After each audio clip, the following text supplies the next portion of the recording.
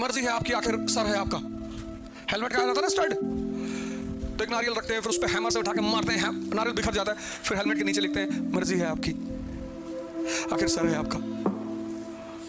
और जिस दिन मजदूर टाइम को लॉस मान ले, वो मजदूर रहेगा ही नहीं। 25 साल तुम्हारी उम्र है, तुम आईएएस बनना चाहते हो, तुम्हारा बेस नहीं है, कोई बात नहीं। जब तुम्हें चीजें समझ में आने लगती हैं तो सबसे पहली इच्छा पता क्या होती है? कि सबको बता दूं। तब आदमी को एक और बात समझ में आती है कि सबको नहीं बताना है, इस जीवन को समझना है और नदी किनारे बैठ के हंसना है। बड़ा प्यारा फॉर्मूला है और इस फॉर्मूले का 3 लोग इस्तेमाल करते हैं। अब जब भी कोई तुम्हें लगातार खिलाए, उससे बच के रहना, किसी दिन किडनी ले जाएगा तुम्हारी वो।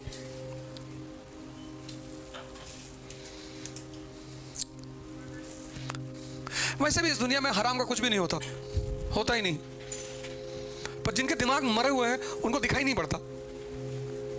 तुमसे किसी दोस्त ने कहा चलो गोवा घूम के आते हैं, तुमने कहा यार पैसा नहीं है। अरे उसने कहा भाई you are talking about money, we are friends. दोस्ती में तुम पैसे की बात कर रहे हो, मैं दूंगा। तुमको लगा यार बड़ा अच्छा मुर्गा मिल रहा है यार, पैसा इसका और गोवा में मस्ती करूंगा, ले गया तुमको। तुम्हारे ऊपर 20,000 रुपया खर्चा किया 4 दिन में, पर वो 4 दिन 24 घंटे गए, उसकी कीमत कौन देगा? तुम कभी समझ ही नहीं पाते कि लॉस क्या हो रहा है। जितनी छोटी निगाह उतना छोटा लॉस को पकड़ता है वो। पैसे को लॉस मानता है, टाइम को मानता ही नहीं। मजदूर टाइम को लॉस मानता ही नहीं, और जिस दिन मजदूर टाइम को लॉस मान ले, वो मजदूर रहेगा ही नहीं। इसलिए कोई आईपीएस है, आईएएस अपने ऑफिस में बैठा हुआ है, एंटरटेन नहीं करेगा फालतू में किसी को। किताब ही पढ़ रहा है, न्यूज़पेपर पढ़ रहा है, रिलीजियस बुक पढ़ रहा है। अब एसपी अगर एसएसपी है पुणे का, तो वो 4 दरोगा को बुलाकर अपने ऑफिस में थोड़ी बैठाएगा कि और बताओ तुम्हारा वो जब तुम इंटर में थे तो कैसे चल रहा? नहीं, दिन भर अकेला बैठा रहेगा। और सिर्फ अकेले थोड़ी बैठेगा, वो कुछ पढ़ेगा, कुछ लिखेगा, किताब लिखेगा, कुछ क्रिएटिव और प्रोडक्टिव करेगा। वो उसको टाइम की कीमत पता है।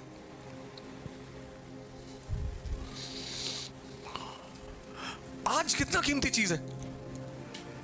एक एक आज में, एक एक आज को अगर तुम यूज करते जाओ सिर्फ 5 घंटा, एक एक आज को प्रेजेंट, तो 1 महीने बाद तुम देखो तुम्हारे अंदर कितनी ग्रोथ हो जाएगी। लेकिन बहुत सारे लोग ये सोचते हैं, ये सोचते सोचते उनका 2 महीना निकल जाता है कि मेरा बेस बहुत वीक है।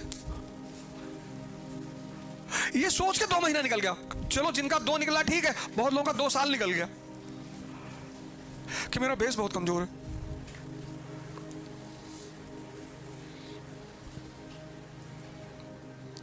साल तुम्हारी उम्र है, तुम आईएएस बनना चाहते हो, तुम्हारा बेस नहीं है, कोई बात नहीं, कोई बात ही नहीं, बस तुम्हें टाइम का हिसाब रखना पड़ेगा। और शुरुआत करो 2 घंटे की पढ़ाई से, और 6 महीने के बाद उसको 12 घंटे तक पहुंचाओ। कुछ लोग शुरुआत 12 घंटे से करते हैं, 6 दिन बाद गायब।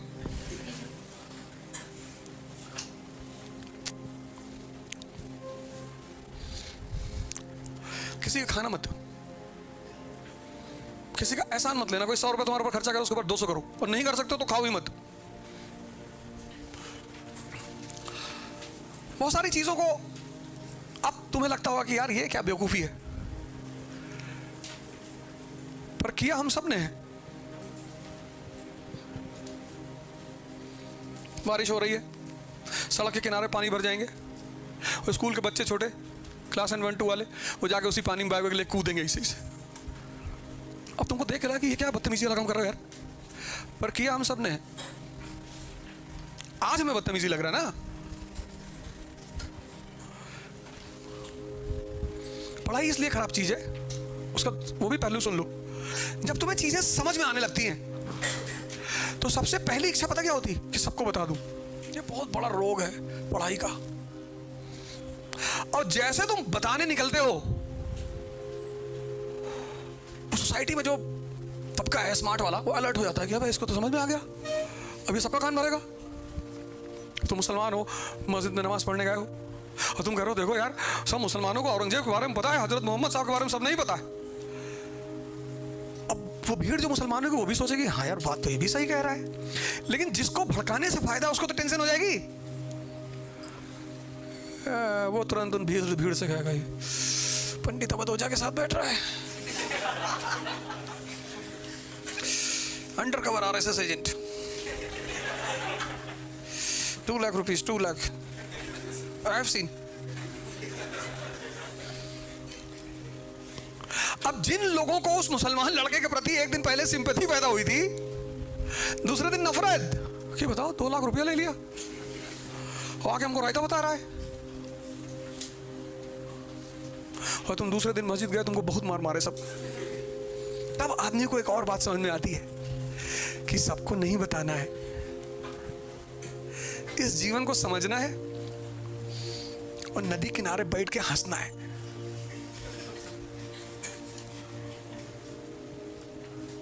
सबको नहीं बताना है, और जब तुम सबको बताना बंद करोगे तो वो जो आदमी ने भड़काया है ना, वो तुमको प्यार करने लगेगा कि अब ज्यादा समझदार हो गए हो। जी जी।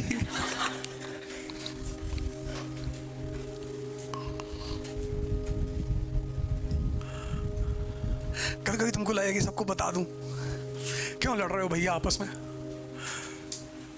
आपस में प्रेम करो देश प्रेमियों। तो जिनको लड़ाने से फायदा है वो सब बहुत पावरफुल लॉबी है, वो तुरंत एक्टिवेट हो जाएगी और ऐसे पॉइंट रख देगी तुम्हारे खिलाफ कि तुम प्रूव ही नहीं कर पाओगे कुछ।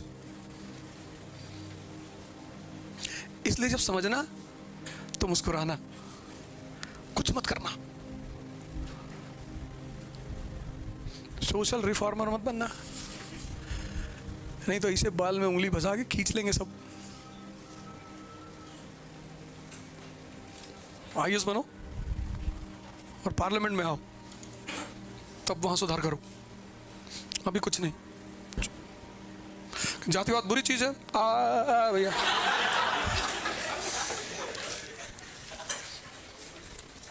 सिर्फ पढ़ो मन लगा के। ये था पहला phase, beginning of rift between Hindu and. अब तुम्हारा जो सबसे अच्छा दोस्त है कॉलेज में, वो तुम्हारे दुश्मन के साथ बैठ गया जाके, और सिर्फ बैठा नहीं, आइसक्रीम खा रहा है एक ही कोन में बैठा हो तो भी चले, एक कोन, एक कोन में एक साइड से तुम्हारा दुश्मन खा रहा है, दूसरे से वो खा रहा है, तुमको आग नहीं लगेगी? लगेगी। अंग्रेजों ने एक फॉर्मूला लगा दिया, formula of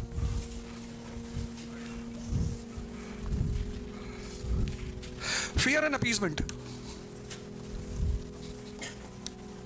fear and appeasement बड़ा प्यारा फॉर्मूला है, और इस फॉर्मूले का 3 लोग इस्तेमाल करते हैं, एक बिजनेसमैन, एक प्रीस्ट और एक पॉलिटिशियन। ये 3 लोग इस फॉर्मूले का इस्तेमाल करते हैं। बिजनेसमैन, मर्जी है आपकी, आखिर सर है आपका। हेलमेट का आया था ना स्टड, तो एक नारियल रखते हैं, फिर उस पर हैमर से उठा के मारते हैं, नारियल बिखर जाता है, फिर हेलमेट के नीचे लिखते हैं मर्जी है आपकी, आखिर सर है आपका। फियर बड़ा प्यारा पॉलिसी है, या तो तुम डरा के किसी को अपने साथ कर लो, और या उसको फायदा दिखाकर। प्रीस्ट इसका इस्तेमाल करते हैं, नरक स्वर्ग, और पॉलिटिशियन इसका इस्तेमाल करते हैं। 3 लोग इसका इस्तेमाल करते हैं। तो अंग्रेजों ने यह फार्मूला लगाया मुसलमानों के प्रति कि ये जो तुम हिंदू मुस्लिम भाई सलाम वलाम कर रहे हो, चले जाएंगे हम, और अगर हम चले गए तो ये मेजॉरिटी हिंदू तुमसे घर वापसी करवा लेगा। ये तो बेचारे सख्ते में आ गए। अच्छा, बोले फिर? अरे बोले फिर क्या, हमारे साथ आओ, सरकार के साथ। और सरकार के साथ मतलब पूना से लेके मुंबई हाईवे का पूरा टेंडर तुम्हारा। सरकार अगर तुम्हारे सर पे हाथ रख दे कि Ashutosh ji sir, lateral entry, lateral entry, IPS Maharashtra cadre, special contribution, smiling in a nationalist वे।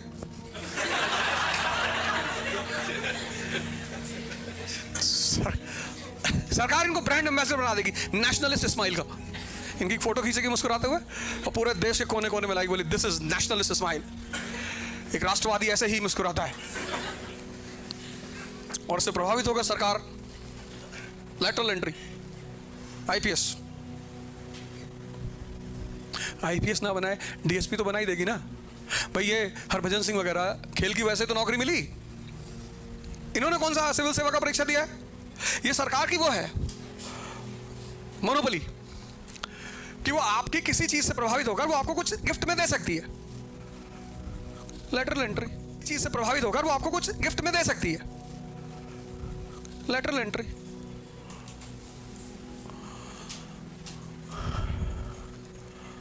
तूने प्रधानमंत्री के सम्मान में किताब लिख दी कि आधुनिक राम। समझ में आ गया क्या? वाह, बहुत बढ़िया। फॉरेन एम्बेसडर टू, कहां जाओगे? साहब न्यूयॉर्क जाएंगे। नहीं नहीं, न्यूयॉर्क मत जाओ, तुम इथियोपिया चले आओ।